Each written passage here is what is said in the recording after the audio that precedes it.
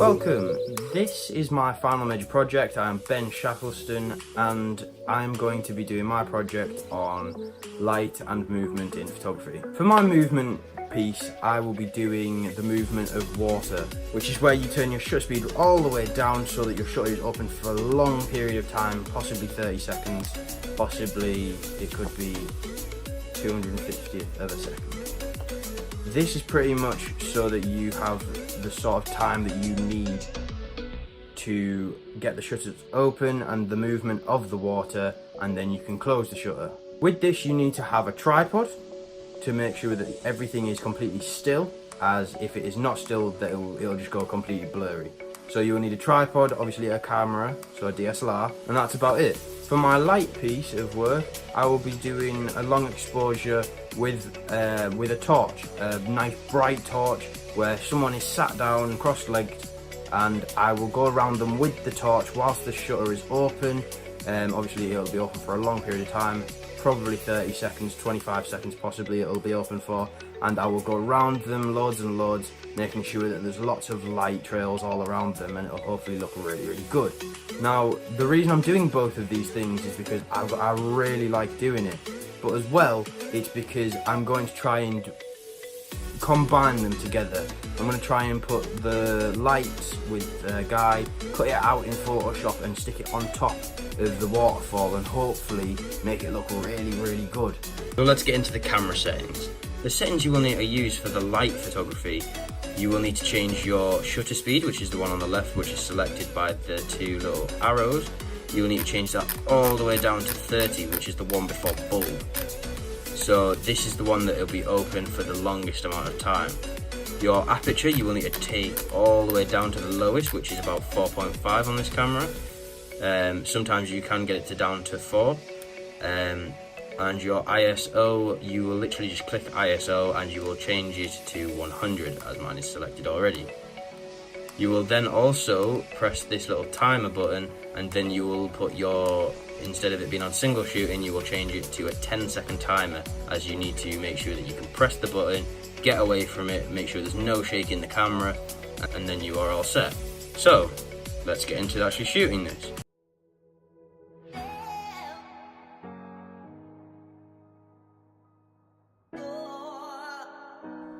Now let's get into reviewing the light photos.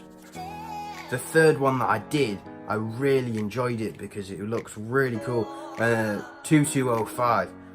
I really enjoyed how it looked because you could see the person, however he was very dark and the light behind him was very bright. However, in the top right there is a street light, which I kind of forgot about. However, I can get rid of that in post-production. So hopefully it'll be all good. So that is my number one picture that I will be choosing. Also, the ground looks very cool. The swirls are very loose and like not fitted, which I like a lot, because if it's strict lines then it doesn't look as fluid and as natural, I don't think. I also like the positioning of the person. I like how he's got his legs crossed with his hands on his knees, arms out, where you can see a little bit of light coming from behind him, as well as the light actually behind him in the actual photo. The second photo that I've chosen from the light one, this was simply because I found it very interesting the way that it had happened. So I'd started to take the pictures and everything, and I was going through them. I'd got him to change position so his knees were up in the air and he had his hands on his knees dangling. And so I could get underneath his legs so that the light would flow around there.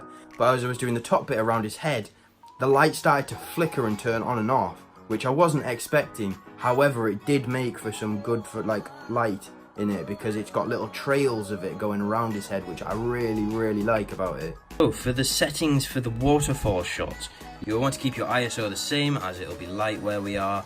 You will want to change your aperture, so hold AV, and you'll want to scroll that all the way to the end, which is 29. Sometimes on some cameras you can get up to 30, 32, but on this one it is 29 at the minute.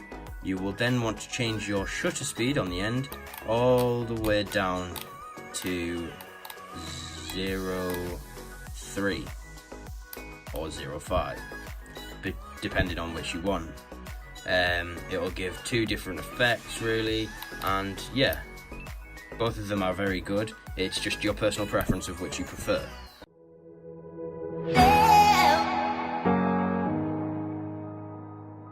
So let's review the waterfall photos.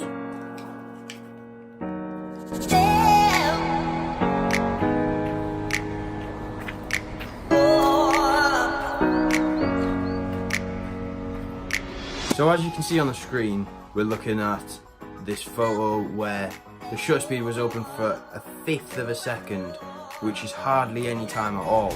However, with the amount of water that was flowing down the waterfall, that's quite a long time. My aperture needed to be 29 because of my shutter speed being so low. My ISO was 100 because that's the lowest you can get. If you have it too high, obviously you start to get noise in the picture and it gets all grainy and horrid and you reduce the quality of the picture. So obviously you want to keep that as low as possible, and obviously with it being such a light picture, it had to be very low anyway. Backup picture for the waterfall is going to be this one, just simply because I like the way that it is. I really like the fact that you've got the individual strands at the top where you can see them going down like smoky, and then I also love the fact that it spreads out at the bottom, making it very, very smoky at the bottom with that effect just on the water. It just makes it very enticing for me. That was, my shutter speed was 1/3 of a second, and also my aperture was 36, which was a very high aperture. My ISO again was 100 because obviously it's a very light day. Well, I think that was very successful. I've got the pictures I needed and wanted, and I'm happy with them. So let's get into editing them.